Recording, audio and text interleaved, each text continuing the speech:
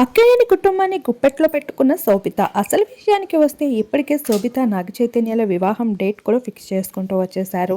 ఇక తెలుగువారి పద్ధతిలో ఎంతో గ్రాండ్గా కొంతమంది బంధుమిత్రుల సమక్షంలో పెళ్ళంటూ ఇప్పటికే స్ట్రీట్ షాపింగ్తో మొదలు పెట్టేశారు. ఇక రోడ్ సైడ్ షాపింగ్ని చేసుకుంటూ ఇక వాళ్ళ పెళ్లి వేడుకలని అయితే అందరితో కలిసి పంచుకునే ఉద్దేశంతో అయితే ఇప్పటికే ముంబైలో ఎప్పటికప్పుడు దర్శనమిస్తూ వస్తున్నారు. అయితే నాగచైతన్య ఎంత శోభితతో దగ్గర అయినప్పటికీ ప్రతి ఒక్కరు కూడా సమంతనే తలుచుకుంటూ కనిపించేస్తూ ఉన్నారు. రీసెంట్లీ శోభిత తమ గోధుమరాయి వేడుకలకు సంబంధించిన విజువల్స్ ని కూడా షేర్ చేసుకుంటూ వచ్చినప్పటికీ శామ్ ని తలుచుకోకుండా ఉండలేకపోయారు ప్రతి ఒక్కరు.